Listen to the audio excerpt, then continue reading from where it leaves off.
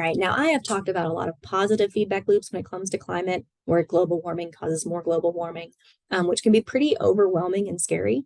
But I do want you to know that there are also negative feedback loops. So we're going to go through a few of those negative feedback loops to assure you that we can come out of this. Okay. So increased cloudiness reflects more incoming solar radiation. So as I said, we do not have strong confidence in our prediction of what's going to happen to clouds, but it is possible that we could see more low-lying cloud coverage, right? Clouds that are low in the atmosphere. And clouds that are low in the atmosphere do reflect away the sun's radiation, right?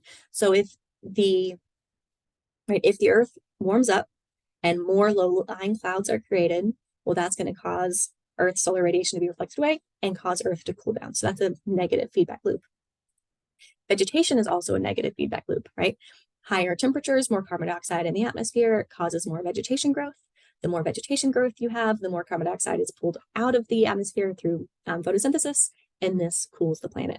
This is one of the reasons that slowing down deforestation, planting more trees, preserving forests is very important in the fight against climate change.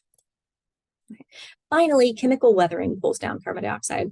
And geologically, this is one of the big ways that Earth is able to come back out of these global warming periods.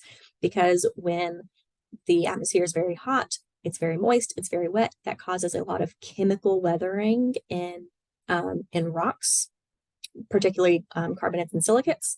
And that brings carbon dioxide out of the atmosphere and cools our planet. So in the past, we've seen every time we went through these huge global warming events in Earth's past, we then see an increase in the chemical weathering of rocks, and that brings Earth out of that global warming period.